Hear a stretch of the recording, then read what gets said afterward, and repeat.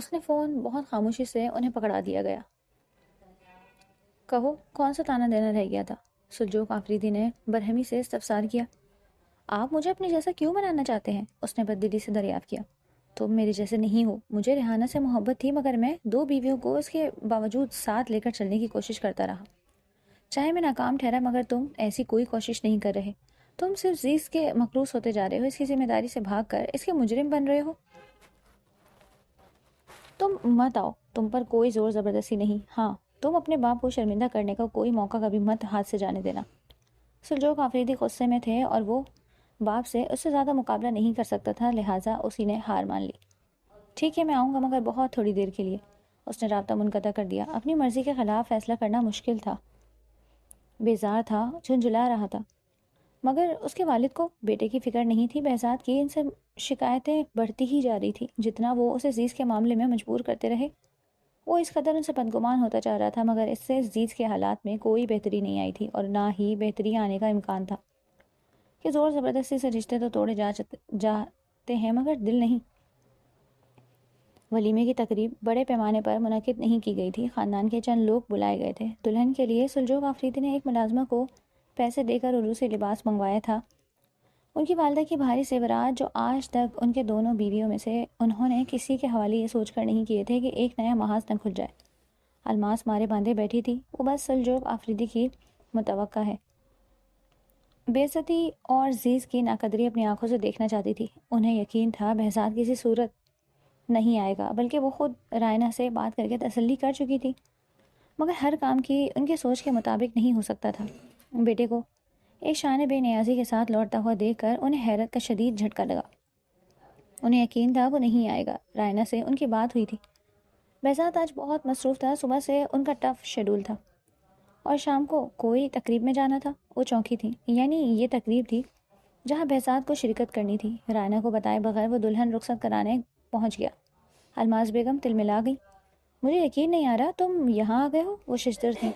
بابا نے اصرار کیا تھا۔ اس کے پرکشش چہرے پر سرد مہری کے چھاپ تھی، سیاہ آنکھوں میں بیزاری رقم تھی، لیکن اس کے باوجود وہ سیاہ پینٹ کوٹ زیب تن کیے تقریب کی جان لگ رہا تھا۔ انہیں تو بھانجی کے علاوہ کوئی نظر نہیں آتا، بس اسے لگام ڈالنا چاہتے ہیں۔ کل بھی کوئی لڑکا اپنی ماں کے ساتھ اس کے لیے رشتہ لے کر آ گیا تھا۔ اس کی ماں بھی نوائے عزیز کو بس انگوٹھی پہنانے لگی تھی، لیکن میری مداخلت کی وجہ سے معاملہ ختم ہوا۔ سلجوق آفریدی نے بھانجی کے رنگ ڈھنگ دیکھ کر پہلی فرصت میں رخصتی اور ولیمے ایک ساتھ منعقد کر دیا کہ پھر تم ہاتھ آؤ یا نہ آؤ۔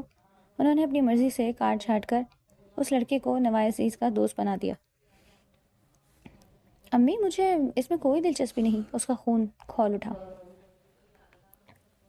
وہ مزید کچھ نہیں سننا چاہتا تھا، لہٰذا اشتعال پر قابو پا کر اس قدر ہی بولا، تمہیں دلچسپی نہیں پھر بھی کٹ پتلی کی طرح یہاں آ گئے؟ صاف منع کر دیتے آنے سے، بات ہی نہ سنتے۔ مگر تم ٹھہرے نرم دل، ایک ماں کو دکھ دے سکتے ہو، باقی سب سے ہمدردی ہے۔ وہ مہمانوں کی موجودگی کا خیال کیے بغیر بلند آواز میں بول رہے تھے۔ ارد گرد بیٹھے لوگ ان کی جانب متوجہ ہو گئے۔ امی میں بھی یہاں آ کر خوش نہیں ہوں، بس کچھ دیر کے لیے آیا ہوں۔ الماس بیگم بیٹے کی سرد مہری اور بے دلی دیکھ کر خاموش ہو گئی، مگر ان کے ہر انداز سے ناراضی عیاں تھی۔ بہزاد وہاں کچھ دیر ہی رکا، عزیز و اقارب سے مبارکباد وصول کی اور تقریب کے اختتام سے قبل ہی کام کا بہانہ کر کے چلا گیا۔ نوائے عزیز کے قریب آنا تو درکنار، اس نے اس پر ایک نگاہ تک نہ ڈالی۔ وہ دور دلہا دلہن کے لیے بنائے گئے اسٹیج پر سجی سنوری بیٹھی رہی۔ بہزاد نے رائنا کی محبت کی توہین گوارا نہیں کی، نہ رائنا سے وعدہ خلافی کی، نہ ہی بے وفائی کا مرتکب ٹھہرا۔ اس نے ثابت کر دیا رائنا کا دعویٰ غلط نہیں تھا، وہ بہزاد آفریدی کی واحد حقدار تھی، باقی زیز کا دعویٰ بے بنیاد تھا اور ایک کاغذی رشتہ جس کی حیثیت غیر یقینی تھی۔ رات ابھی ابتدائی مراحل میں داخل ہوئی تھی، مگر یوں لگتا تھا جیسے وقت ٹھہر گیا ہے۔ لوگوں کی تمسخرانہ نگاہیں دیکھ کر وہ بوجھل دل کے ساتھ مارے باندھے بیٹھی تھی۔ وہ مہمان خصوصی اسے اس کی حیثیت جتا کر کب کا جا چکا تھا۔ کیا فائدہ ہوا اس کے سارے تماشے کا؟ نکاح کی طرح یہ کوشش بھی بے سود رہی۔ وہ کل بھی سب کے سامنے تنہا اپنی بقا کی جنگ لڑ رہی تھی، اور آج بھی تنہا اپنے وقار اور عزت نفس کی دھجیاں سمیٹنے میں ہلکان ہو رہی تھی۔ اس کی جھکی گردن پر تعصب کا بار تھا، رگوں میں لہو کے ہمراہ اشتعال بھی سرگرداں تھے۔ بہزاد کا چلا جانا ان کی بے عزتی ہی تھی، اور وہ اس بے عزتی پر سوائے کڑنے کے کچھ نہیں کر سکتی تھی۔ تم پر حیرت بھی ہوتی ہے، افسوس بھی ہوتا ہے اور ہنسی بھی آتی ہے. کوئی کیسے کسی کے سامنے اتنا کمتر بن سکتا ہے؟ بہزاد تمہیں ٹھکرا کر چلا گیا، پھر بھی تم کسی کٹ پتلی کی طرح سچ سمجھ کر بیٹھی ہو. وہ مہما اس کی ناقدری دیکھتے ہوئے روز ہی آتی تھی. آج تو خاص طور سے پوری تیاری کے ساتھ آئی تھی. اس کی دوسری کزنس بھی اس کے ساتھ تھی اور زیز کو اپنے زہریلے لفظوں سے زخمی کر رہی تھی. دیکھو دیکھو تو یہ شکل و صورت بھی کس کام کی جب شوہر ہی اپنا نہیں. وہ کہتے ہیں نا کہ جو پیا من بھائے وہی سہاگن. وہ سب لڑکیاں ہنسنے لگیں. زیز نے بامشکل آنسوؤں کی الغار پر بند باندھا. آج اگر مہمان انگشت بداندہ تھے تو ان کی حیرانی بجا تھی. بہزاد کا آنن فانن جانا سب نے محسوس کیا تھا. بعد ازاں سلجوق آفریدی وضاحت دیتے رہے اور الماس بیگم ہنستی رہیں. ریحانہ بیگم بھی کم نہ تھی. بہزاد کی نافرمانیوں کے قصے دبی زبان میں ہر مہمان خاتون کے گوش گزار کرتی رہیں. دوسری طرف وہ بہزاد کی قسمت دیکھ کر دنگ بھی تھی. رائنا بے شک عام شکل و صورت کی لڑکی تھی، لیکن زیز کسی شہزادی کی طور کم نہ تھی. اس قدر سچ دھج میں اس کا معصوم حسن تو آشنا ہو کر دیکھنے والوں کی نگاہوں کو چندیا رہا تھا، مگر اس لڑکی کی قسمت کا ستارہ کسی اور ہی زندگی کا سورج تھا. اس کی روشنی زیز کی دسترس میں نہ تھی. ابھی کھانا کھا کر سب رخصت لینے گئے تھے. لوگوں کی توجہ کھانے کے دوران تنہا بیٹھی دلہن پر سے ہٹ گئی تھی، لیکن کھانے سے فراغت کے بعد دوبارہ وہ سب چہ مگویاں کرنے لگے. سلجوق آفریدی کے ساتھ ان کی ایک دور کی رشتہ دار خاتون اور ان کے شوہر اسٹیج پر آئے تو زیز نے ایک بار پھر خود کو چھپتی ہوئی نظروں کے سامنے اور طنزیہ باتیں سننے کے لیے تیار کر لیا. سلجوق بھائی، شاید برا لگے آپ کو، لیکن آپ نے اپنے بیٹے سے یاسمین کی بیٹی کا نکاح کر کے اس بچی کی زندگی تباہ کر دی. آپ کا بیٹا آرام سے اپنی زندگی میں خوش و مگن ہے، جبکہ یہ بچی یہاں سب کے طنز اور تمسخر کا نشانہ بن رہی ہے. میں نے تو اسے دیکھا ہی پہلی بار ہے، چاند کا ٹکڑا ہے. شائستہ بیگم پہلی شخصیت تھیں جنہوں نے یہ نہیں کہا کہ بہزاد نے اسے نکاح کر کے اس پر احسان کیا. وہ سر جھکائے بیٹھی تھی، جبکہ شائستہ بیگم مزید رطب اللسان ہوئی. آپ ایک بار مجھ سے ذکر کرتے، میں اسے اپنے بیٹے کے لیے مانگ لیتی. میرا بیٹا ابھی ڈاکٹری کی تعلیم مکمل کر کے لندن سے آیا ہے بھی فرمانبردار. اس بچی کو بہت خوش رکھتا. شائستہ بیگم خاموش ہوئی تو ان کے شوہر آفتاب نے بھی لب کشائی کی. سلجوق بھائی، خاندان بھر میں باتیں ہو رہی ہیں کہ بہزاد نے گھر آنا چھوڑ دیا ہے کیونکہ آپ نے اس کا نکاح زبردستی کرایا. وہ بھی اپنی دوسری بیوی کے ساتھ خوش ہے، اب بھی کچھ نہیں بگڑا. آپ اس سے بات کریں، اگر وہ اسے طلاق دے دے تو ہم اپنے بیٹے کے لیے اسے مانگ لیں گے. اس کی برداشت بس اتنی ہی تھی. رگوں میں ابلتا لہو اس کے دماغ پر ٹھوکریں مارنے لگا. آفتاب انکل، فرمانبردار تو میں بھی بہت ہوں. اگر نہ ہوتا تو اپنے والد کی بات مان کر نکاح نہ کرتا. آپ اپنے ڈاکٹر بیٹے کے لیے کوئی اور لڑکی تلاش کریں اور بہتر ہوگا آئندہ آپ میری معاملات پر اظہار رائے نہ کریں. شائستہ بیگم کو اس کا لب و لہجہ گرا گزرا تو وہ پہلو بدل کر کھڑی ہو گئی. ارے بھائی، ہم تو ہمدردی میں کہہ رہے تھے. آخر لوگ طرح طرح کی باتیں کر رہے ہیں. تمہاری ماں کے الفاظ ہیں کہ لڑکی ایک رات گھر سے باہر رہی تھی، اس لیے تمہارے دل سے. اس نے بامشکل خود کو مشتعل ہونے سے روکا، جبکہ عزیز کے وجود میں ہزاروں میخیں گڑ گئیں. یہ وجہ تھی بہزاد کے انکار اور گریز کی. اسے حیرت ہوئی کہ وہ کیوں نہ سمجھ سکی. صرف یہی سوچتی رہی کہ وہ رائنا سے محبت کرتا ہے. یہ خیال نہ آیا کہ جس پر اتنی تہمتیں لگی ہوں اس کو عزت دینا ہر ایک کے بس کی بات نہیں. جسٹ شٹ اپ، آپ لوگ جا سکتے ہیں یہاں سے. وہ دھاڑا. کئی لوگ اس طرف متوجہ ہوئے. ایک اور تماشا. زیز کے لیے زمین تنگ پڑنے لگی تھی. سلجوق آفریدی نے بیٹے پر ملامت کرتی نگاہ ڈالی. لوگوں کی اس سوچ کا وہی ذمہ دار تھا جو کہتا تھا اسے وضاحتیں دینے کی عادت نہیں. شائستہ بیگم ہاں کر کے آگے بڑھ گئی. آفتاب صاحب نے بھی تقلید کی. کیوں بلاتے ہیں آپ ایسے لوگوں کو؟ وہ باپ سے مستفسر ہوا. قصوروار تو تم ہو. لوگوں کو موقع چاہیے باتیں کرنے کا، اور تمہارا رویہ انہیں موقع فراہم کر رہا ہے. اس طرح جا کر تم نے یہی ثابت کیا ہے جو کچھ انہوں نے کہا. اس نے دانت پر دانت جما کر اپنا غصہ ضبط کیا. ایک ضروری کام تھا جس کی وجہ سے مجھے تھوڑی سی دیر کے لیے جانا پڑا، لیکن اس کا یہ مطلب نہیں کہ. دلہن پر ایک بھرپور نگاہ ڈالے بغیر وہ آگے بڑھا. چلو. یک لفظی حکم کے ساتھ زیز کے سامنے ایک لمبی انگلیوں والا مضبوط شفاف ہاتھ آگر پھیل گیا تھا. اس نے نظر اٹھا کر حیرانی سے اس شخص کو دیکھا جس کے چہرے پر جبر کی تحریر سرد مہری کی صورت رقم تھی. تم کیوں واپس آ گئے اور اسے اتنی جلدی کہاں لے جا رہے ہو؟ ابھی تو سب مہمان موجود ہیں. الماس بیگم نے آ کر مداخلت کرنا ضروری سمجھی. بہت ہو گیا ہے تماشا، اب گھر چلیں اور رخصتی کریں ان سب کو. اس نے حاضرین محفل پر نظر ڈال کر پتھریلے لہجے میں کہا. زیز اس کا بڑا ہوا ہاتھ نظر انداز کر کے سر جھکا گئی. مگر بہزاد، سلجوق آفریدی بھی کچھ کہنا چاہتے تھے. بابا پلیز اب مزید میں یہاں نہیں رک سکتا۔ عزیز نے اس کی پیش رفت کو نظر انداز کر دیا تھا، مگر اس نے پھر بھی لب بھیج کر اس کا مہندی، چوڑیوں اور انگوٹھیوں سے سجا نازک ہاتھ تھام کر اسے ایک ہی لمحے میں اپنا مقابل کھڑا کر دیا۔ وہ اس جارحانہ انداز پر سرخ ہو گئی۔ چلو۔ ایک بار پھر عزیز کی سماعت کو اس کی درشت آواز نے چھوا۔ وہ آگے بڑھا تو عزیز کو بھی بادل نخواستہ اس کا ساتھ دینا پڑا۔ بھاری عروسی لباس اور زیورات میں اس کے لیے بہزاد کی رفتار کا مقابلہ کرنا ازحد دشوار تھا۔ اس پر ارد گرد موجود لوگوں کی نگاہیں کچھ دیر پہلے جن نگاہوں میں تمسخر تھا، وہاں حیرانی اور رشک و حسد نظر آ رہا تھا، اور عزیز کو اب بھی ان نگاہوں کا اٹھنا تکلیف دے رہا تھا، کیونکہ وہ ان نگاہوں کی تحریر میں چھپے تحریر کو تحقیر سمجھ رہی تھی۔ بہزاد کے ساتھ قدم سے قدم ملا کر چلنا میرے لیے محال ہے۔ اس نے اس کے ہاتھ میں جکڑے اپنے ہاتھ کو دیکھا۔ اگر اس نے ہاتھ نہ تھام رکھا ہوتا تو وہ کبھی اس کے ساتھ نہ چلتی۔ باہر آ کر اس نے عزیز کے لیے اپنی گاڑی کا دروازہ کھولا۔ وہ دونوں ہاتھوں سے شرارہ سنبھال کر فرنٹ سیٹ پر برجمان ہو گئی، مگر دوپٹہ اور شرارہ اب بھی گاڑی سے باہر لٹک رہا تھا۔ اس نے دھیان نہیں دیا۔ بہزاد نے جھک کر اس کے دوپٹے کا پلو پکڑ کر اس کی گود میں دھرا، پھر شرارے کو بھی سنبھال کر گاڑی کا دروازہ بند کیا۔ عزیز لب بھیج کر دروازے کے ساتھ لگ کر بیٹھ گئی، چہرے کا رخ بھی کھڑکی کی جانب کر لیا۔ وہ بہزاد سے ناراض نہیں تھی، یہ حق وہاں حاصل ہوتا ہے جہاں منائے جانے کا یقین ہو۔ وہ اس سے بدگمان تھی، اسے واثق یقین تھا کہ سلجوق آفریدی نہیں بیٹے کو دوبارہ آنے کے لیے مجبور کیا ہوگا، مگر کب تک وہ مجبوری کے اس تعلق کو نبھائے گا آخر؟ دوسری جانب وہ سختی سے لب بھیجے اس سے بے نیازی گاڑی چلا رہا تھا۔ وہ تقریب سے چلا گیا تھا، اور یہ بھی سچ تھا کہ سلجوق آفریدی اسے مسلسل کال کرتے رہے، اور آخر وہ گاڑی واپس موڑنے پر مجبور ہو گیا تھا۔ اسے باپ کی عزت کا خیال تھا۔ عزیز نے اس پر غلطی سے بھی نگاہ نہیں ڈالی، وہ بھی بلا کا بے نیاز تھا۔ اس کی نگاہ راستے پر تھی، اور پہلو میں بیٹھا خوشبوؤں، بہاروں اور رنگوں سے سجا مرمری وجود جسے پگھل کر موم ہو کر آنکھوں سے بہہ جانا چاہتا تھا۔ عزیز کو نہ چاہتے ہوئے بھی ناقدری کا دکھ رلانے لگا تھا۔ بے شک اسے بہزاد آفریدی سے کوئی توقع نہیں تھی، لیکن وہ ایک جیتی جاگتی انسان تھی، نازک احساسات اور جذبات سے گندی گئی لڑکی، جس نے چاہے مستقبل کے حوالے سے خواب نہیں دیکھے تھے، خواہشوں کے تانے بانے نہیں بنے تھے، لیکن اسے اپنی کم مائگی کا احساس ہونے لگا تھا۔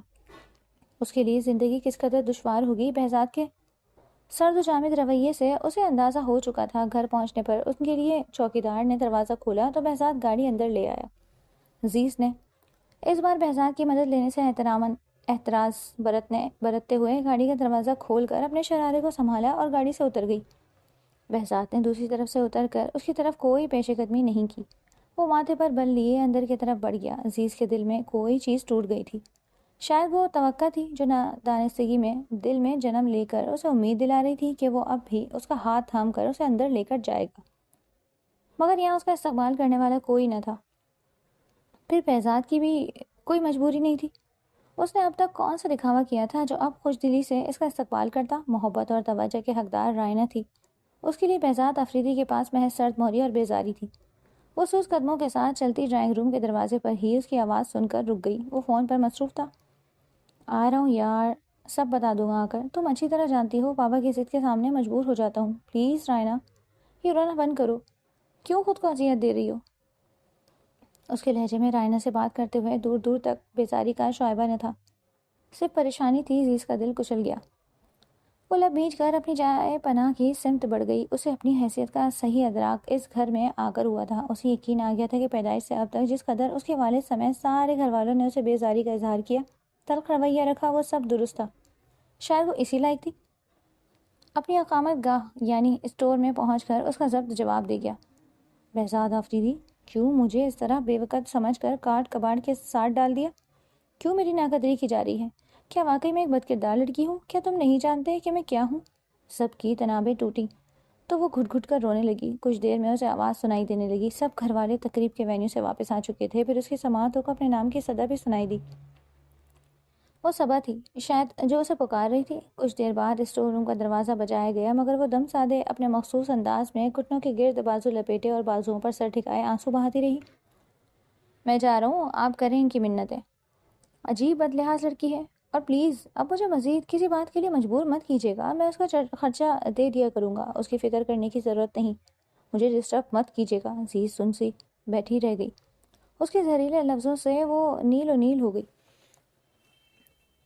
وہ چلا گیا اور اسے کسی نے روکا نہیں تھا۔ بس سلجوق آفریدی کی آواز آئی، بہت ہی بدقسمت ہے یاسمین تمہاری بیٹی، میں اسے کیسے اس کے نصیب کی خوشیاں دوں؟ اسی کی زندگی کا سفر صحرا کے مسافر جیسا تھا، سر کے اوپر آگ برساتا سورج، سامنے لامتانی راستے، دور و نزدیک کسی بشر کا نام و نشان نہیں، وہ تنہا ہی بھٹک رہی تھی۔ اس کی زندگی کا سفر آبلا پائی کا سفر ٹھہرا، خوابوں کی جگہ اس کی آنکھوں میں ریت بھر دی گئی تھی، وجود کی تشنہ کامی نے اسے ادھموا کر دیا تھا۔ تھک ہار کر ذرا دم لینے کے لیے سر پر کوئی شجر سایہ دار تھا نہ سائبان، جس جانب قدم بڑھاتے ہی راستوں میں کانٹے اگاتے۔ وہ سیراب کی چاہ کر بیٹھی تھی، اس کی قسمت میں بھٹکنا لکھ دیا گیا تھا، راتوں کو اٹھ کر رونے سے اور دن بھر خود کو کاموں میں مصروف رکھنے سے بھی وہ اپنے دل کا درد نہیں بھولتی، احساس زیاں نہیں بھولتی تھی، وہ اپنی حیثیت اپنی اوقات نہیں بھولتی تھی، جسے دنیا کی ٹھوکروں میں پھینک دیا تھا وہ کبھی کسی کے لیے اہم تھی ہی نہیں، لہٰذا بہت آسانی سے اس نے وہ جگہ چھوڑ دی جہاں اس کی غیر موجودگی سے کسی کو فرق نہیں پڑتا۔ اس کے ہونے سے کسی کی زندگی مشروط نہ تھی، اس کے نہ ہونے سے کسی کے لیے دنیا اندھیر نہیں ہو سکتی تھی، البتہ وہ اب اندھیروں میں جینے کی وجہ ڈھونڈ رہی تھی۔ وہ بہت خاموشی سے مس خالدہ کے حصے کا کام سر انجام دے رہی تھی، ان کے آفس میں بیٹھی بہت مہارت سے وہ لیپ ٹاپ پر نہیں آنے والی بے گھر خواتین کے ناموں کا اندراج کرتے ہوئے دفتر ہاتھ روک کر آنکھوں سے بہتے آنسو پہ دردی سے صاف کرنے لگی۔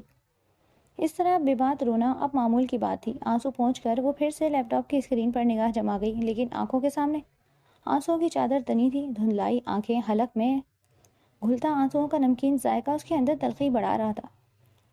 ایک بار اگر عورت کے سر سے سائبان چھن جائے تو دنیا میں پھر کبھی دوسرا گھر نہیں ملتا۔ یہاں ایک بار آنے والی عورت کو میں نے کبھی واپس جاتے نہیں دیکھا۔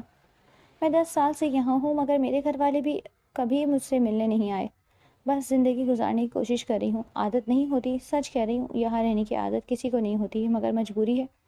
سر پر چھت تو ہے، چاہے دارالامان کی ہی صحیح۔ مس خالدہ نے اس سے کتنی دیر اپنے دل کی وہ ساری باتیں کی تھیں جو وہ کسی سے نہیں کرتی تھی، مگر شاید وہ اسے حوصلہ دینا چاہتی تھی، اور کبھی کبھی دوسرے کے زخم دیکھ کر اپنے گھاؤ معمولی لگنے لگتے۔ اس کا دل بھی تڑپ اٹھا۔ تو کیا ہم عورتوں کے گناہ ناقابل معافی ہوتے ہیں؟ یہ گناہ صرف عورتیں کرتی ہیں؟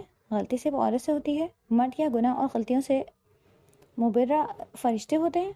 ان کے لیے کوئی سزا نہیں ہوتی؟ لڑکیوں کو گھر سے ورغلا کر نکلنے پر مجبور کرنے والے کوئی دوسرے سیارے کی مخلوق تو نہیں؟ بے شک لڑکیاں بھی برابر کی شریک ہوتی ہیں، مگر سزا کی مستحق صرف عورت ذات کیوں، مرد کیوں نہیں؟ طلاق لینے کے بعد عورت کیوں معاشرے کے لیے دھبا بن جاتی ہے؟ مرد کیوں طلاق دے کر سزاوار نہیں ٹھہرتا؟ معاشرے کے دوہرے معیار عورت پر کیوں مسلط کیے جاتے ہیں؟ گھر دیر سے آنے پر مرد کو کیوں نہیں بد کردار کہا جاتا، جبکہ عورت کی تاخیر کو اس کے کردار کی کجی قرار دے کر سولی پر چڑھا دیا جاتا ہے؟ مرد بھلے سالوں گھر نہ لوٹے، وہ جب واپس آتا ہے اس کا استقبال خوش دلی سے بغیر سوال جواب کے کیا جاتا ہے، جبکہ عورت کسی مجبوری یا مصیبت کے سبب اگر ایک رات بھی گھر سے باہر گزار دے تو اس کے لیے گھر کے دروازے بند کر دیے جاتے ہیں، پھر چاہے اس نے وہ رات 7 پردوں میں اپنی عزت و عصمت کی حفاظت کرتے ہوئے گزاری ہو۔ اللہ اس عورت کے کردار اور عصمت کی گواہی دینے کے لیے پھر آسمان سے فرشتے کیوں نہ بھیج دے؟ لیکن یہ تنگ نظر پست ذہنیت والے لوگ یقین نہیں کرتے۔ اپنے دلوں کا میل، اپنے کردار کی کجی اور اپنے چاک گریبان ان لوگوں کو نظر نہیں آتے، مگر دوسروں کی ذات پر کیچڑ اچھالنا یہ لوگ اپنا فرض سمجھتے ہیں۔ وہ اندر کا غبار نکال دینے کے بعد گہرے سانس لیتی اپنے غصے کو کم کرنے میں کوشاں تھی۔ مس خالدہ نے اسے جانچتی نگاہوں سے دیکھا۔ تو تم بھی ایسے ہی نامساعد حالات سے گزر کر یہاں پہنچی ہو؟ کس وجہ سے گھر کے دروازے تم پر بند ہیں؟ مس خالدہ نے اسے نرمی سے کریدا تھا، مگر اسے ناگوار گزرا۔ میں نے کہا ہے کہ میں وقت آنے پر سب بتا دوں گی۔ وہ لب کچلنے لگی۔ تم کم عمر ہو، کسی اچھے گھرانے کی لگتی ہو، میرا مطلب ہے کہ ہماری طرح غریب یا متوسط طبقے کی نہیں لگتی، شاید بڑے گھرانے سے تعلق ہے تمہارا۔ ہم چاہتے ہیں کہ تمہارے گھر والوں سے بات کر کے تمہیں واپس بھیج دیں۔ وہ مس خالدہ کے ارادے جان کر بے بسی سے ہاتھ مسلنے لگی۔ آپ کو کس نے کہہ دیا کہ میرا تعلق کسی بڑے گھرانے سے ہے؟ میں بھی آپ کی طرح ہوں۔ وہ دبی آواز میں بولی۔ تمہارے انداز و ادوار بتاتے ہیں بہت باوقار ہو تم۔ اتنی سی عمر میں ایسا ٹھہراؤ بہت کم لڑکیوں میں ہوتا ہے، پھر حسن و خوبصورتی میں بھی یکتا ہو۔ دیکھو ہم تمہاری مدد کرنا چاہتے ہیں، بس اس لیے۔ اس نے مس خالدہ کی بات سر جھکا کر سنی۔ اس لیے آپ مجھ سے یہ چھت چھیننا چاہتی ہیں؟ کیونکہ جن لوگوں نے مجھے یہاں لا کر پھینکا وہ مجھے دوبارہ کبھی اپنے گھر میں نہیں رکھیں گے، کم از کم یہ ٹھکانہ تو مت چھینے مجھ سے۔ اسے اپنی اور مس خالدہ کی باتیں پوری فصاحت سے یاد آ رہی تھی۔ وہ کیسے پلٹ سکتی تھی جب سارے طول ختم ہو گئے تھے؟ اس نے اپنے غموں کو انگنت پرتوں میں چھپا لیا تھا۔ مس خالدہ نے اسے میڈم اقرا کے کہنے پر بہت سی ذمہ داریاں سے دی تھی۔ اور وہ اپنے کام کے بجا آوری پوری فرض شناسی سے کر رہی تھی۔ اسے رک کر دیکھنے والا شخص یقیناً راستہ بھول سکتا تھا۔ یہ سوز حسن کی تاثیر تھی، یہ روب حسن کا کمال۔ اس کے قدم نگاہ زنجیر ہو گئے تھے۔ مغیث، تم کب آئے؟ میڈم اقرا مس خالدہ کے ساتھ شہر کے پسماندہ علاقے کا دورہ کر کے لوٹی تھی۔ وہ ہفتے میں 2 بار اس قسم کا دورہ کر کے مستحق افراد کو گھر بیٹھے قطیر رقم اور راشن وغیرہ خیرات کرتی تھی۔ 1-2 بار وہ اسے بھی ساتھ لے کر گئی تھی، مگر وہ اس ماحول میں جا کر مزید ذہنی دباؤ کا شکار ہو گئی تھی۔ انہوں نے یہی بہتر سمجھا کہ اسے آفس کا کام سونپ دیا جائے۔ اس کم گو کم آمیز لڑکی سے انہیں خاص انسیت محسوس ہوتی تھی۔ 6 ماہ قبل جب پہلی بار اسے دیکھا تھا تو حیران رہ گئی تھی۔ بھلا اس جیسی حسین ترین کم عمر اور معصوم صورت لڑکی کو بھی اس کے گھر والے گھر سے نکال سکتے ہیں؟ لیکن ہونے کو کیا نہیں ہو سکتا؟ وہ میڈم اقرا کی آواز سن کر چونک گئی تھی۔ سرت سے اپنی آنکھوں سے پھسلتے پانی کو نازک انگلیوں کی گلابی نرم پھولوں پر سمیٹا۔ مغیث نے اپنے دل کی دھڑکنوں کو حیرانی سے سنا۔ وہ ایسا دل پھینک نہیں تھا، مگر آج دل بے قابو ہونے لگا۔ ہاں، آپ نے کہا تھا تو چلا آیا۔ اس نے اپنے دل پر ہرگز بند نہیں باندھا۔ دل ہاتھوں سے نکل کر سامنے موجود دوشیزہ کے قدموں سے لپٹ بھی جاتا تو بھی نہ روکتا۔ وہ یقیناً چاہے جانے کے قابل تھی۔ یہ بات اظہر من الشمس تھی کہ مغیث پہلی نظر کی محبت کا شکار ہو گیا تھا۔ وہ مس خالدہ کی کرسی چھوڑ کر اپنے نازک وجود کے گرد لپٹا سیاہ دوپٹہ سنبھالتی مغیث پر نگاہ ڈالے بغیر جانے لگی۔ ارے آپ کہاں جا رہی ہیں؟ بیٹھے نا۔ مغیث کو خود بھی اندازہ نہیں تھا کہ وہ کس طرح گرفتار عشق ہوا تھا۔ وہ کیوں کر اسے روک رہا تھا؟ شاید آنکھیں اس کے چہرے کو تادیر دیکھنے کی تمنائی ہوئی۔ اس نے لب بھیج کر اس شخص کو دیکھا جسے جانتی تک نہیں تھی اور نہ ہی جاننے میں دلچسپی تھی۔ مس خان، آپ بھی بیٹھے ہمارے ساتھ، چائے پی کر جائیے گا؟ اقرا میڈم کو اپنے بھائی کا رویہ توقع کے برخلاف حیران کر گیا۔ نہیں میڈم، میں چائے نہیں پیتی۔ اس نے مخصوص جملہ ادا کیا۔ وہ جانتی تھی لوگوں کے سوالات اس چائے کی ایک پیالی کو زہر بنا دیتے ہیں۔ کسی کو کریدنے کا، اس سے بات شروع کرنے کا سب سے معذب طریقہ یہی ہوتا ہے۔ وہ اپنی ذاتی زندگی کے متعلق کیے گئے سوالات سے احتجاج برتتی تھی۔ اب بھی پہلو تہی کر کے جانا چاہتی۔ بے شک، چائے مت پینا، ہماری کسی بات میں شامل بھی مت ہونا، مگر آج ہمارے ساتھ کچھ وقت بیٹھ جاؤ۔ اصل میں مغیث ایک بہترین اسکول شروع کر رہا ہے، اسی سلسلے میں بات کرنی تھی۔ اسے رکنا ہی پڑا۔ وہ میڈم اقرا کے سامنے رکھی کرسی پر ٹک گئی۔ مغیث کی نگاہوں کی تپش اس کے چہرے کو سرخ کر رہی تھی۔ وہ دونوں ہاتھوں کی انگلیاں باہم پیوست کیے اس کی نگاہوں کو نظر انداز کرنے کی کوشش کر رہے تھے۔ اگرچہ ان نگاہوں میں عزت و احترام تھا، مگر ان کا ارتکاز اسے ذہنی خلجان میں مبتلا کر رہا تھا۔ وہاں غریب بچوں کو بھی قابلیت کی بنیاد پر اسکالرشپ دے کر داخلہ دیا جائے گا۔ امیر و غریب کی تخصیص کے بغیر ہم بس کوالٹی ایجوکیشن پر کام کرنا چاہتے ہیں۔ اسکول کے لیے عملے کی بھی ضرورت ہے۔ اساتذہ کی بھرتیوں کے لیے اشتہار بھی اخبار میں دیا جا چکا ہے۔ میں چاہتی ہوں کہ ہمارے ادارے کی بھی تعلیم یافتہ خواتین بھی تعلیم دینے کا فریضہ انجام دیں۔ تم بھی مغیث کا اسکول جوائن کر لو، یقیناً تمہیں یہ کام پسند آئے گا۔ علم سکھانے سے اچھا کون سا کام ہو سکتا ہے؟ معصوم بچوں کے ساتھ تم بھی اچھا محسوس کرو گی۔ وہ میڈم اقرا سے سوچنے کے لیے وقت لے کر اٹھائی۔ جس شخص کی خود پر اٹھتی نظریں اسے کچھ دیر میں ہی پریشان کرنے لگی تھی، اس کے ساتھ کام کرنے کا مطلب اپنی برداشت کا امتحان لینا۔ مگر میڈم اقرا کو وہ اس طرح منع نہیں کر سکتی تھی، اس کے لیے سارے راستے بند کر دیے گئے تھے۔ وہ جس سمت بھی جاتی وہاں آزمائش اور مصیبتیں اسے خود خوش آمدید کہہ کر تیار ملتی۔ راہ بدلنے کا کوئی فائدہ نہ تھا۔ اس نے دل کی لاکھ انکار پر بھی کان نہ دھرا۔ وہ مغیث کے اسکول میں کام کرنے کا فیصلہ کر کے خوش نہیں تھی۔ اسے امید نہیں، واثق یقین تھا کہ خوش بختی کی لکیر اس کی ہتھیلیوں میں درج ہے ہی نہیں۔ اسے ماضی کے رنج و الم یاد آتے تو وہ ہتھیلیوں کو کھول کر بغور دیکھتی، اور ان ہتھیلیوں میں اسے اپنے مقدر کی جگہ فقط ماضی نظر آتا۔ لوگ قسمت کی لکیروں میں مستقبل ڈھونڈتے ہیں اور وہ ماضی تلاش کرتی تھی۔ اب بھی پتہ نہیں پیچھے کون سے دکھ رہ گئے تھے جو میرا تعاقب کرتے ہوئے مجھ سے آ ملیں گے۔ وہ مغیث کو دیکھ کر خوفزدہ نہیں ہوئی تھی، مگر ڈر تھا کوئی نیا بہتان اس کی زندگی کے سفر کو مزید کانٹوں سے نہ بھر دے۔ بھائی کو کچھ تو سوچنا چاہیے تھا، کس طرح اس کو چھوڑ کر چلے گئے؟ دوبارہ آئے تو بھی احسان کرنے والے انداز میں اس کا ہاتھ پکڑ کر اکیلے ہی گھر لے آئے۔ مجھے تو ترس آتا ہے عزیز پر۔ امی اور بھائی کے سلوک کی وجہ سے ڈر بھی لگتا ہے، کہیں اس کی آہ ہم دونوں بہنوں کو نہ لگ جائے۔ بیچاری اب بھی اسٹور میں رہنے پر مجبور ہے، اور دیکھو سارے گھر کے لیے آج بھی اس نے ناشتہ بنایا۔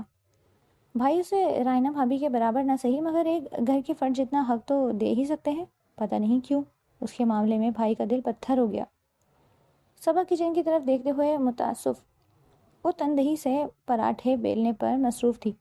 سعدیہ کو بھی گزشتہ روز کے واقعے پر افسوس تھا۔ اس کا بھائی وسیع القلب اور اعلیٰ ظرف تھا، پھر کیوں عزیز کے معاملے میں اتنا سخت دل بن گیا تھا؟ کیا تھا اگر دنیا دکھاوے کے لیے ہی بھائی تقریب میں اپنا رویہ درست رکھتے؟ سعدیہ کے الفاظ سن کر الماس بیگم تلملا گئی۔ وہ یوں بے سے خفا تھی، ناشتے کی میز پر سوتن کے سامنے دونوں بیٹیوں کے خیالات نے انہیں دنگ کر دیا۔ انہیں خدشہ لاحق ہوا تھا کہ آہستہ آہستہ وہ لڑکی مزید ہمدردیاں نہ سمیٹ لے۔ ایسے بھی کون سے ظلم ہو رہے ہیں اس پر؟ کھانے پینے کو مل رہا ہے، سر پر چھت ہے، اس کے باپ نے اسے اس سے زیادہ امرات نہیں دی، تو ہم کیوں اسے سر پر چڑھائیں؟ میرا بچہ پہلی بار اپنے بارے میں سوچ رہا ہے، عمر بھر ہم سب کا سوچا اس نے۔ آرام آسائشوں کا ڈھیر لگا رکھا ہے اس نے گھر میں، اور تم دونوں کی زبان سے بات نکلتی نہیں اور وہ ہر فرمائش پوری کرتا ہے۔ دن رات محنت کر کے مقام بنایا، اب اپنے دل کی خواہش بھی پوری نہ کرے۔ رائنا تو بہت بگڑ رہی تھی، میں نے بھی کال کر کے سمجھایا کہ باپ کے سامنے مجبور ہو کر آیا تھا، مگر جوتی کی نوک پر رکھتے عزیز کو، تب کہیں جا کر وہ مطمئن ہوئی۔ بہزاد کو بھی کہا کہ وہ اسے منانے کے لیے بڑی پارٹی رکھے۔ رائنا کی سالگرہ بھی ہے، اس لیے پارٹی دی ہے اس نے۔ میں تو وہاں ضرور جاؤں گی، میرے بچے کی خوشی ہے۔ کال کر کے کہا ہے کہ ماں میں گاڑی بھجوا دوں گا بہنیں اور آپ آ جائیے گا، مگر یقین ہے مجھے تمہارے ابو خوش نہیں ہوں گے۔ الماس بیگم کا لہجہ غرور سے اٹا ہوا تھا۔ گھر میں گاڑی اور ڈرائیور موجود تو ہیں؟ کب سے خاموش بیٹھی ریحانہ نے دل کڑا کر کے دخل دیا۔ دراصل وہ بھی تقریب میں جانا چاہتی تھی، انہوں نے آج تک بہزاد کا گھر نہیں دیکھا تھا۔ الماس نے اس سوال پر کر کے سر جھکا دیا۔ وہ گاڑی ایک تو پرانی ہو چکی ہے، یہ اسفر اور مظفر ڈرائیور پر دھوس جما کر اس کی چابی لے لیتے ہیں، پھر زمانے بھر میں گھومتے پھرتے ہیں، مفت خور ہے نا۔ اور جب میرا بیٹا اپنی ماں کو اتنی اہمیت دیتا ہے تو کیوں منع کروں؟ ریحانہ نے منہ بنایا۔ میرے بچے تمہاری آنکھوں میں کھٹکتے ہیں۔ ظفر تو کتنے دن سے گھر نہیں آیا، شمالی علاقے جات گیا ہے دوستوں کے ساتھ، اور مظفر بھی کچھ دنوں سے ہی گھر میں ٹکنے لگا ہے، ورنہ گھر کہاں آتا تھا۔ زیز ٹرے میں خستہ گرما گرم پراٹھے رکھے چلی آئی تھی۔ وہ دونوں خواتین معمول کی طرح ایک دوسرے کو ٹکڑا توڑ جواب دینے میں مصروف تھیں۔ انہیں زیز کے ویران چہرے اور پسمردہ انداز سے سروکارنا تھا۔ زیز کے آنسو آگ بن کر اس کے دل کو جلا رہے تھے۔ اس کی قدر و قیمت تو شوہر نہیں ختم کر دی تھی، کسی اور سے وہ کیا شکوہ کرتی؟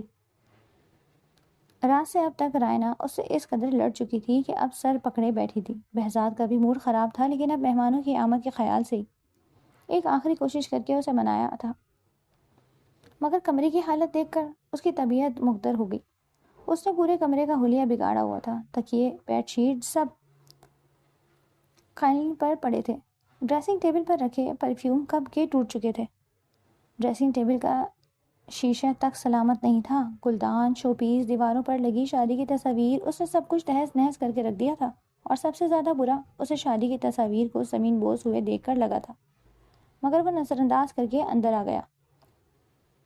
رائنا تم جانتی ہو میں نے اس سے پہلے کسی کو اتنی اہمیت نہیں دی، تمہیں منا رہا ہوں، حالانکہ میرا کوئی قصور نہیں، وہ بھی میری بیوی ہے، اس کے پاس جانا کوئی گناہ نہیں ہے۔ رائنا نے چمک کر اسے دیکھا۔ مت مناؤ مجھے، جاؤ اس کے پاس، جسے چھوڑ کر آنے کا تمہیں بہت غم ہے۔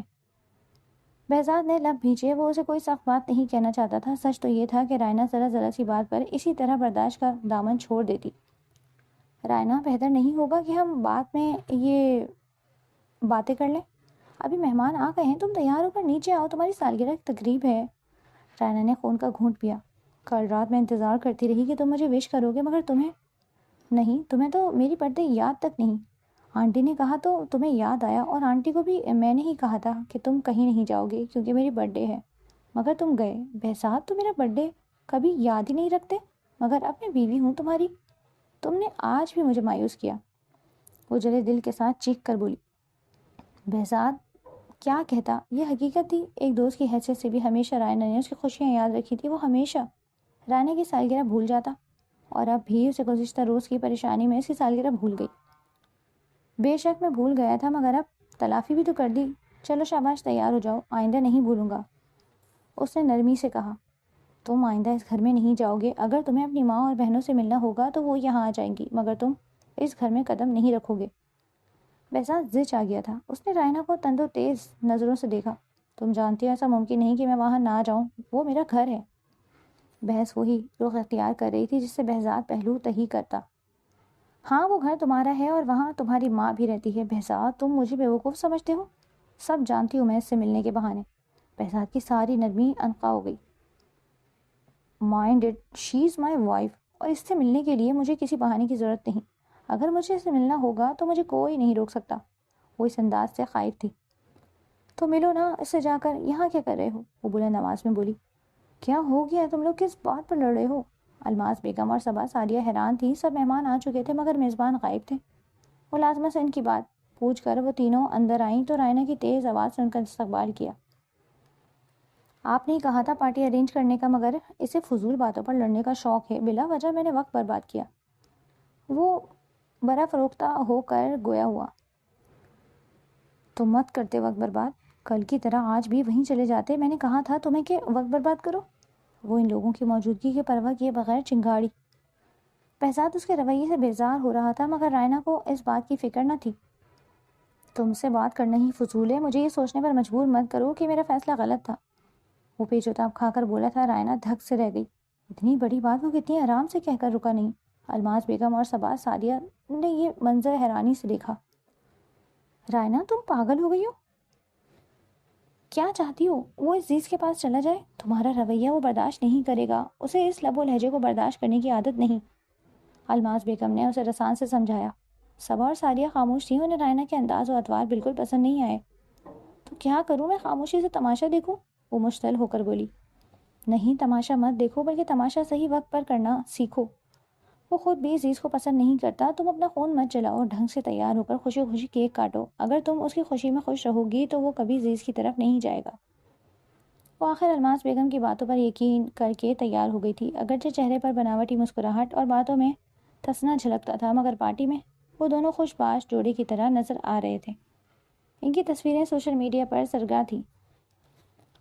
بہزاد آفریدی اپنی زندگی میں خوش تھا، خالی پن عزیز کے حصے میں آیا تھا۔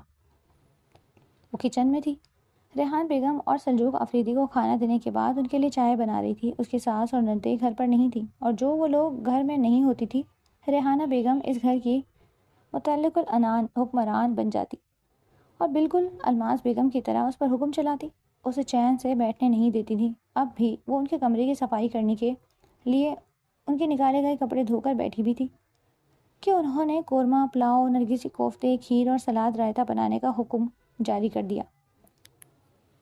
وہ اس دعوتی کھانے کی تیاری سے تھک چکی تھی مگر لب پر شکایت لانے کی اجازت نہیں تھی۔ وہاں تمہارا شوہر اپنی پہلی بیوی کے ساتھ اس کی سالگرہ کا کیک کاٹ رہا ہے اور تم یہاں قابل رحم حالت میں گھر کے کام کر رہی ہو۔ مظفر کی آواز پر وہ لرز گئی۔ چائے کپ میں ڈالتے ہوئے اس کا ہاتھ چوکا اور چائے اس کے اپنے ہاتھ پر گر گئی۔ وہ لب بھیج گئی، سرس سے ٹرے اٹھا کر کچن سے نکلتی چلی گئی۔ کب تک بچو گی رانی؟ اس نے بے باکی سے کہکا لگایا۔ اس کے وجود میں خوف کی لہر دوڑ گئی۔ وہ کس سے کہتی کہ مظفر اسے ہراساں کرتا ہے؟ وہ کس قدر غیر محفوظ تھی یہاں۔ وقت گزرنے کے ساتھ اس نے اپنی حیثیت کا تعین بخوبی کر لیا تھا۔ ہر کسی کی زبان پر ہم وقت رائنا کا تذکرہ ہوتا۔ وہ بہزاد آفریدی کی منچاہی بیوی تھی، خوبصورت، طرح دار، مغرور اور پر اعتماد۔ الماس بیگم اٹھتے بیٹھتے اسے باور کرواتی تھیں کہ وہ زبردستی ان کے سروں پر مسلط کر دی گئی ہے۔ اس کی ضرورت یہاں کسی کو نہیں تھی، وہ حقائق سے انجان نہیں تھی۔ اس نے بھی حقیقت تسلیم کر لی تھی۔ وہ اول روز سے ساس کے بتائے ہر کام کو احسن طریقے سے انجام دے کر بھی ناپسندیدہ تھی۔ اسے کسی سے شکایت نہیں تھی، بس دل میں کانٹا گڑ گیا تھا۔ بہزاد سے نفرت سی محسوس ہوتی تھی۔ ہمیشہ اس وقت جب ازور یا مظفر کی نگاہیں بے باکی سے چہرے کا طواف کرتی، مظفر حد سے زیادہ بگڑا ہوا تھا اور اس کے لیے تو وہ خوف کا دوسرا نام بنتا جا رہا تھا۔ بہزاد کو تو قدر نہیں تمہاری، مجھ سے شادی ہوتی تو شہزادی بنا کر رکھتا تمہیں۔ وہ موقع ملتے ہی اپنے اخلاق باختہ باتوں کا زہر اس کے کانوں میں انڈیل دیتا۔ عزیز کے لیے لب و لہجہ ناقابل برداشت تھا۔ وہ کم عمر ضرور تھی مگر ناسمجھ نہیں۔ وہ اپنے باپ کے مزاج، سوتیلے بھائیوں کی بے حسی، ماں کی بے بسی سب دیکھ چکی تھی۔ نہ ہی کسی سے شکایت کر کے اسے حمایت کا یقین تھا اور نہ ہی میکے واپس جانے کی راہ۔ اسے اس کے والد نے پلٹ کر پوچھا تک نہیں تھا۔ وہ کپڑوں کا ڈھیر دھو کر انہیں سکھانے کے لیے چھت پر بالٹی اٹھا کر لانے میں ہانپ گئی تھی۔ چند سانس گہرے سانس لے کر اوسان بحال کیے تھے۔ اسی وقت اسے اپنے عقب میں قدموں کی آہٹ سنائی دی۔ وہ پل کھا کر پلٹی۔ اس سے بھی سرس سے سر سے ڈھلک کر کندھے پر ٹک جانے والے گلابی دوپٹے کو وجود کے گرد پھیلانے لگی۔ ارے ارے بھائی، ہم سے کیا پردہ؟ مظفر نے، اس کی کلائی دبوچی تھی اور وہ چاہے جس قدر بھی گھبرائی ہوئی تھی، اس سے بھی یہ بے باکی برداشت نہیں ہوئی۔ اس کا دوسرا ہاتھ اٹھا کر اور مظفر کے منہ پر ضبط کیا۔ تمہاری اتنی ہمت؟ مظفر کی آنکھوں میں خون اتر آیا اور اس کا دوسرا ہاتھ بھی قابو کرنا چاہتا تھا، لیکن اس نے اپنا پاؤں مظفر کے پاؤں پر زور سے رسید کیا۔ مظفر کے لیے یہ حملہ پہلے رد عمل کی طرح بالکل غیر متوقع تھا۔ ایک پل کے لیے اس کے ہاتھ پر مظفر کی گرفت کمزور ہو گئی۔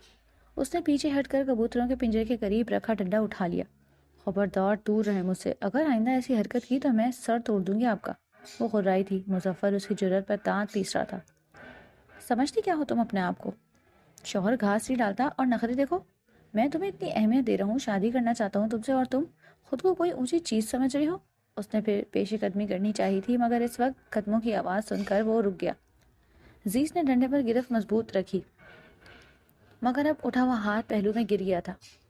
یہاں کون سی خفیہ میٹنگ ہو رہی ہے؟ الماس بیگم ویسے تو فشار خون کی مرض کا شکار تھی، گھٹنوں کی تکلیف کا بھی واویلا کرتی تھی، مگر اس وقت اتنی سیڑھیاں چڑھ کر بھی بالکل چاقو چوبند تھی، سانس تک غیر معتدل نہ تھی۔ ان کی جانچتی نظروں سے عزیز کا دل بند ہونے لگا۔ میں کپڑے دھو کر سکھانے آتی ہوں۔ انہوں نے دیکھ تو لیا تھا، مگر کہہ کر سر جھٹکا۔ مجھے مت بتاؤ کیا کرنے آئی تھی؟ سب صاف نظر آ رہا ہے کیا کھیل کھیل رہے ہو تم دونوں۔ مظفر کی گھبراہٹ پل میں عنقا ہو گئی۔ اگر آپ کو نظر آ رہا ہے تو میرا کام آسان کر دیں، اپنے بیٹے سے کہیں اسے طلاق دے دے، اس طرح آپ اس ناپسندیدہ بہو سے چھٹکارا حاصل کر لیں گی۔ الماس بیگم مظفر اور اصغر سے بات بھی کرنا پسند نہیں کرتی تھی، مگر اس وقت انہیں اس کا مشورہ پسند آیا۔ بظاہر چہرے پر اپنی ناگواری سب تھی، مگر دل باغ باغ ہو گیا۔ عزیز کو اس طرح بدنام کر کے نکالنا آسان تھا۔ اس کی ماں کا دامن بھی تہمتوں سے بھرا تھا، اب اس کی باری تھی۔ سوچیے گا ضرور، اس میں ہم دونوں کا فائدہ ہے۔ وہ چہرے پر مخروم مسکراہٹ لیے چلا گیا۔ ٹھیک ہی کہہ رہا ہے مظفر، تمہاری اونچی اڑان سے پہلے تمہارے پر کترنے پڑیں گے۔ الماس بیگم نے اسے تنفر سے دیکھا۔ عزیز کی روح بھی ان دونوں کے ارادوں سے کانپ گئی۔ وہ جن قدموں سے آئی تھی اسی طرح لوٹ گئی، جبکہ عزیز بے دم سی چھت کی باؤنڈری وال کے ساتھ ڈھہ گئی۔ دشمن کا دشمن دوست ہوتا ہے۔ الماس بیگم نے اسی سوچ پر عمل کرنے کا فیصلہ کیا۔ اس کے خلاف وہاں زرائی بھی ہو سکتی ہے، اس نے یہ بات سمجھ لی تھی۔ عزیز، تمہیں پتہ ہے اس دن جب ہم رائنا بھابھی کے برتھ ڈے پر پارٹی میں بھائی کے گھر گئے تھے تو وہاں بھابھی اور بھائی کی لڑائی ہو رہی تھی۔ میرا تو خیال ہے وہ دونوں اکثر تمہاری وجہ سے لڑتے ہیں۔ کاش تمہیں تھوڑی گٹس ہوتے، چالاکی ہوتی، تو تم ان باتوں سے فائدہ اٹھا کر بھائی کو اپنی طرف راغب کر سکتی تھی۔ میرا دل چاہتا ہے کاش کوئی معجزہ ہو جائے اور بھائی رائنا بھابھی کو چھوڑ کر تمہارے پاس آ جائے۔ تم ہی کچھ کرو تو ایسا ممکن ہو، مگر تمہیں تو دلچسپی نہیں۔ صبا اس کے ساتھ باورچی خانے میں موجود دوپہر کا کھانا بنانے میں اس کی مدد کر رہی تھی۔ وہ عزیز سے بڑی تھی، لیکن آج تک الماس بیگم نے اس پر کوئی ذمہ داری نہیں ڈالی تھی۔ اسے ڈھنگ سے روٹی بنانی بھی نہیں آتی تھی۔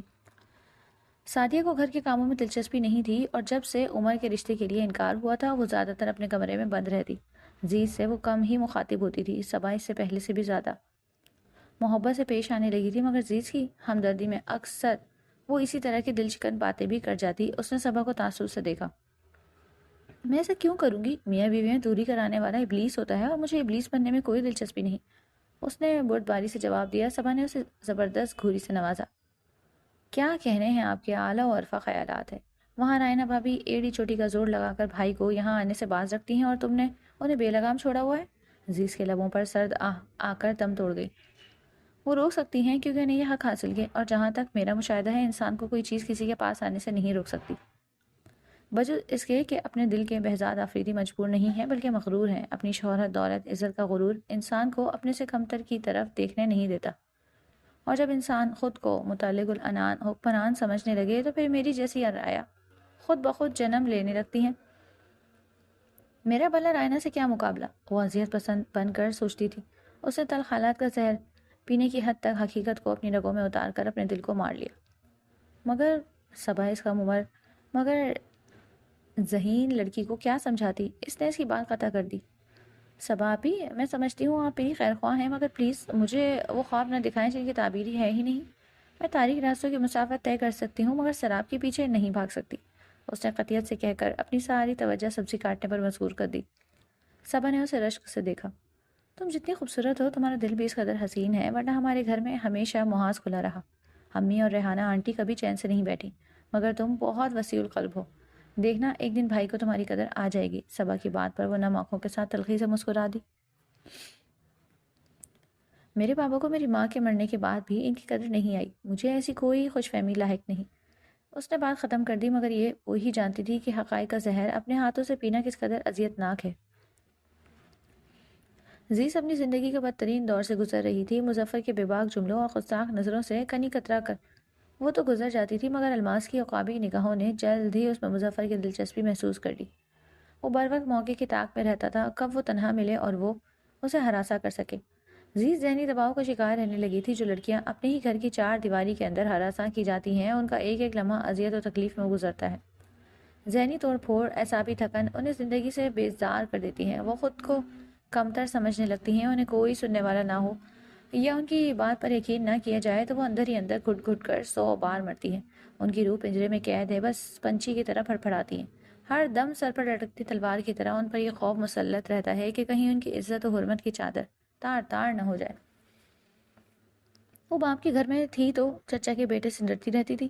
وہاں ماں کا سایہ کسی ڈھال کی طرح اسے بچائے رکھتا تھا، مگر یہاں شوہر کے گھر میں وہ سر پر سائبان ہوتے ہوئے بھی بے سائبان اور غیر محافظ تھی۔ مظفر کی ہمت بڑھنے لگی تھی اور اس کا خوف آسیب کی طرح عزیز کے اعصاب پر حاوی رہنے لگا تھا۔ تم یہاں کیا کر رہے ہو؟ الماس کی آواز پر رات کے کھانے کی تیاری کرتی عزیز پوری طرح چونک گئی۔ مظفر کی آمد سے وہ قطعی بے خبر تھی۔ وہ اطمینان سے کرسی پر بیٹھا صرف اسے دیکھ نہیں رہا تھا بلکہ اس کی تصویریں بھی اپنے موبائل کی گیلری میں محفوظ کر رہا تھا۔ الماس کے آنے اور ٹوکنے پر بھی اس نے اندر نشست نگاہ کا مرکز اور موبائل کے کیمرے کا رخ نہیں بدلا۔ سیاہ کاٹن کے لباس میں وہ اس کے لمبے بالوں سے ڈھکی پشت ہی دیکھ سکتا تھا، مگر الماس کی آواز پر وہ پلٹ گئی۔ مظفر کو دیکھ کر اس نے سر سے سرک دوپٹے کو پیشانی تک کھینچا۔ ارے بی بی رہنے دو، میرے سامنے تکلف کرنے کی ضرورت نہیں۔ انہوں نے کھینچ کر ایک پتھر مار دیا۔ وہ ششدر رہ گئی۔ ممانی، مجھے تو پتہ بھی نہیں تھا مظفر بھائی کب آئے۔ وہ اپنی صفائی نہیں دینا چاہتی تھی، مگر الزامات سے خوف آتا تھا۔ یہاں وہ غیر مستحکم حیثیت کے ساتھ رہ رہی تھی۔ ایک نام کا حوالہ ایک انتہائی کمزور سہارا ثابت ہوا۔ صرف ایک نام جس سے اسے تحفظ تک نہ ملا، عزت نہ وقت۔ بس ایک چھت تھی، سر پر کسی چڑیا کا کمزور گھونسلہ بھی اس چھت سے زیادہ مستحکم ہوگا۔ وہ اس چھت کو اپنا گھر تک کہنے کا حق نہیں رکھتی تھی۔ یہ بھی خوب کہی۔ یہ جاتا ہی کہاں ہے؟ پہلے دن بھر آوارہ گردی کر کے رات گئے گھر میں آتا تھا، اور اب جب سے تم آئی ہو اس نے گھر سے نکلنا بھی چھوڑ دیا۔ وہ گنگ سین کی صورت دیکھتی رہی۔ مظفر کے ہونٹوں پر استہزائی مسکراہٹ تھی۔ آپ کا اپنا بیٹا تو گھر کا راستہ بھول ہی گیا ہے، مگر میں ایسا بدذوق اور کم نظر نہیں۔ ویسے میں نے کہا بھی تھا کہ اسے کہیں کہ اس بیچاری کو آزاد کر دے۔ اس سے 2 بیویاں نہیں رکھی جاتی، تو کیوں اس بیچاری پر ظلم کر رہا ہے؟ میں ہوں نا، اس سے بخوشی شادی کر لوں گا۔ عزیز اسے بے باکی پر زمین میں گڑ کر رہ گئی۔ الماس بھی انگاروں پر جا بیٹھی۔ حیا شرم بیچ کھائی ہے تم نے؟ کیسے بھائی کی بیوی پر نظر لگا کر بیٹھے ہو؟ یہ تربیت کی ہے تمہاری ماں نے؟ جب اس کا دل چاہے گا دے دے گا طلاق، پھر کر لینا اپنی حسرت پوری۔ وہ بھڑکی اور اسی وقت ان کی بلند آواز سن کر ریحانہ بیگم بھی چلی آئیں، اور الماس بیگم کا مقصد پورا ہو گیا۔ وہ چاہتی تھیں کہ اس بات کو اچھالا جائے تاکہ بہزاد بآسانی عزیز کو چھوڑنے کا فیصلہ کر لے، اور یہ عزیز پر بہتان لگا کر ہی ممکن ہو سکتا تھا۔ وہ کیوں نظر لگا کر بیٹھے گا کسی پر؟ ماشاءاللہ میرا بیٹا بھی کسی سے کم نہیں۔ اسی لڑکی نے کچھ کہا ہے، ورنہ یہ تو اسے کبھی گھاس بھی نہ ڈالتا۔ ان کی یہی بیجا طرفداری تھی جس نے دونوں بیٹوں کو بگاڑ دیا تھا۔ مظفر شرمندہ ہونے کے بجائے گردن اکڑا کر بیٹھا۔ بات بڑھ چکی تھی۔ عزیز کسی تماشائی کی طرح بے تاثر چہرے سے اس زہر افشانی کو سن رہی تھی۔ یہ زہر افشانی اس کے اعصاب کے لیے سلو پوائزننگ تھی۔ اندر سے وہ بالکل ختم ہوتی جا رہی تھی، بس وجود کی عمارت تھی جس نے اسے لوگوں کی نظر میں زندہ رکھا ہوا تھا، ورنہ یہ تکذیب، الزام تراشیاں، ناقدری تو بہت بات کی بات تھی۔ وہ تو ٹھکرائے جانے پر ہی مر چکی تھی۔ اس جھگڑے کی وجہ اس کی عزت نفس کو مجروح کرنے کے لیے کافی تھی۔ اس پر متضاد یہ مقدمہ سلجوق آفریدی کی عدالت میں پہنچ گیا تھا۔ بہت ہو گئے تماشے، آپ کی بھی خواہش پوری ہو گئی۔ اب یا تو اس کو واپس اس کے باپ کے گھر بھیجو، یا پھر میں اپنے بیٹے سے کہتی ہوں اسے طلاق دے کر یہ قصہ ہی ختم کر دے۔ ایسے بے حیائی کے مظاہرے مجھ سے برداشت نہیں ہوتے۔ الماس کی زبان انگارے اگل رہی تھی، ہر لفظ عزیز کے وجود کو داغ رہا تھا۔ بابا میں بھی یہی چاہتا ہوں، بہزاد سے اسے طلاق دلائیں، اس سے شادی میں کروں گا۔ مظفر آفریدی نے سینہ ٹھوک کر اپنا ارادہ ظاہر کیا، اور باپ نے اس زناٹے دار تھپڑ سے اس کی ساری اکڑ نکال دی۔ وہ تذیق کے احساس سے لال پیلا ہو گیا، چہرے پر جلن سے ہونے لگی۔ ریحانہ بیگم بیٹھے سے کھڑی ہو گئی، مزید ہرا۔ الماس بیگم کے چہرے پر مسکراہٹ نے چھپ دکھا کر ریحانہ بیگم کو آگ بگولا کر دیا۔ یہ کیا طریقہ ہے سلجوق؟ آپ میرے بچے سے ایسا سلوک صرف اس 2 ٹکے کی لڑکی کے لیے کر رہے ہیں جسے آپ کا وہ لاڈ صاحب پاؤں کی جوتی جتنی اہمیت بھی نہیں دیتا۔ اگر میرا بیٹا اسے شادی کرنا چاہتا ہے تو یہ اس لڑکی کی یہاں موجودگی کی وجہ سے ہوا ہے، اور وہ اسے ورغلا رہی ہے۔ اور اگر یہ اتنی ہی نیک پارسا ہے تو اس کا شوہر اسے کبھی نہ چھوڑ کر جاتا۔ وہ اپنی صفائی میں کیا کہتی؟ مظفر کی خونخوار نگاہیں اس پر گڑی تھی۔ وہ اپنی ارزانی کا ماتم بھی ٹھیک سے نہیں کر سکتی تھی۔ آنسو آنکھوں میں منجمد ہو گئے، زبان تالو سے چپکی۔ ریحانہ، اب ایک اور لفظ نہ سنوں میں۔ یہ کرے گا شادی؟ جس سے ایک جگہ ٹک کر نوکری نہیں ہوتی وہ شادی کرے گا؟ کتنی بار بہزاد سے کہہ کر تمہیں مختلف کمپنیوں میں نوکری پر لگوایا، مگر تم نے کہیں 1-2 ماہ سے زیادہ کام نہیں کیا اور آرزو ہے شادی کی۔ وہ کوئی راہ چلتی لڑکی نہیں، بھانجی ہے میری، اس گھر کی بہو ہے۔ اس کی عزت اور مقام کا لحاظ کرو۔ آئندہ اس پر کوئی الزام لگایا یا کسی نے بھی غلط بات کی تو میں اسے اس گھر میں رہنے نہیں دوں گا۔ انہوں نے حاضرین کو تنبیہ کی۔ سب کے چہروں پر ناگواری کے تاثرات رقم تھے۔ ہاں بہو، عزت اور مقام تو اس کا شوہر بھی اسے نہیں دے سکا، تو میں کیوں لحاظ کروں؟ دیکھیے گا جلد وہ اسے طلاق دے گا۔ آپ کے حکم کو وہ ویسے بھی جوتے کی نوک پر رکھتا ہے۔ مظفر تھپڑ کھانے کے بعد دل میں لاتا ہوا چلا گیا۔ ریحان بھی تیش میں آ گئی تھی۔ اسے کچھ مت کہنا، جس نے لڑکے کو پٹیاں پڑھائی ہیں میرا ہی بیٹا سب کو نظر آتا ہے۔ اس میسنی نے اسے پیچھے لگایا ہے۔ ریحانہ تنک کر بولی۔ وہ بھی بے حیا ہے اور تمہارا بیٹا بھی بے دین۔ اچھا تھا آپ مظفر سے اس کا نکاح کر دیتے، اس طرح میرے بیٹے کی پیٹھ پیچھے وہ عزت کی دھجیاں نہ اڑاتی۔ الماس کہاں چپ رہنے والی تھی، ان کی زبان بھی انگارے اگل رہی تھی۔ الماس میں کہہ چکا ہوں کوئی میری بانجی پر انگلی نہ اٹھائے۔ یہ سب تمہارے اس ناخلف بیٹے کی وجہ سے ہو رہا ہے جو خود اپنی بیوی کو دوسرے کے رحم و کرم پر چھوڑ گیا۔ وہ سخت دل برداشتہ تھے۔ الماس کہہ کر چلی گئی۔ وہ مجرم سے بنی ماموں کے سامنے بیٹھی۔ میں جانتا ہوں یہ مشکل وقت ہے اور بہزاد نے تمہیں مایوس بھی کر دیا، مگر وہ دل کا برا نہیں، مجھے یقین ہے جلد ہی اسے اپنی غلطیوں کا احساس ہو جائے گا۔ وہ بے تاثر چہرے کے ساتھ کھڑی ہو گئی۔ میں جاؤں؟ اس نے کوئی تبصرہ نہیں کیا۔ اسے بہزاد سے کوئی توقع تھی بھی نہیں۔ وہ حقیقت پسند تھی اور خود شناس بھی۔ سلجوق آفریدی نے اس بات میں سر ہلایا۔ اس کے جاتے ہی وہ بہزاد کا نمبر ملانے لگے۔ اسے اس کی ذمہ داریوں کا احساس دلانا ضروری تھا۔ شام ابھی شہر کے آسمان پر ستارے ٹانک رہی تھی۔ اندھیرے گہرے نہیں ہوئے تھے اور اجالوں کے تن مردہ میں روح پھونکنے کے لیے چند ستاروں کی بارات چلی آئی تھی۔ اس کا آ جانا اندھیروں میں کمی کا سبب نہیں بنا، بلکہ آنکھوں میں چبھن سی ہونے لگی۔ عزیز کا دم گھٹنے لگا تھا۔ وہ دندناتا ہوا آیا۔ پہلے ہی مقام پر عزیز اسے دیکھ کر جذبت ہو گئی۔ اس کی نگاہوں میں برہمی پڑی جا سکتی تھی، مگر وہ رکا نہیں۔ اسے نظر انداز کرتا سلجوق آفریدی کے کمرے کی طرف چلا گیا۔ الماس بیٹے کی آمد سے واقف تھی۔ کھانے پر اہتمام کا حکم اسے ان کی طرف سے مل چکا تھا۔ وہ کسی خوشگمانی میں مبتلا ہوئے بغیر تندہی سے اپنے کام میں مصروف ہو گئی۔ ابھی کل ہی گھر میں جو عدالت لگی تھی اس کا فیصلہ آج ہونا تھا، اور اسی سلسلے میں سلجوق آفریدی نے بہزاد آفریدی کو بلوایا۔ فرمائیے کس سلسلے میں بلایا ہے مجھے؟ وہ سخت بیزار تھا۔ سلام کے بعد نہایت سرد لب و لہجے میں استفسار کیا۔ سلجوق آفریدی نے بھی تمہید نہیں باندھی، اسے کڑی نگاہوں سے گھور کر بات شروع کر دی۔ جب ایک فیصلہ کر ہی لیا تھا تو اسے ڈھنگ سے نبھاتے، یا تو اس بچی سے شادی نہ کرتے، اور کر لی ہے تو یہ بیزاری اور بے خبری کیسی؟ وہ ملازمہ کی طرح اس گھر میں رہ رہی ہے اور تمہیں رتی برابر پرواہ نہیں۔ الماس بیگم تل ملا رہی تھی، مگر وہ بھی یہی چاہتی تھی کہ بہزاد خود عزیز کا فیصلہ کرے۔ کل کیا کچھ ہوا وہ اپنی طرف سے بہزاد کو سب پتا چکی تھی۔ زیب داستان کے لیے کیا کچھ نہ بڑھایا انہوں نے، اب بھی چپ نہ رہی۔ کیوں کیا؟ ہم نے اپنے گھر کے کام کاج نہیں کیے؟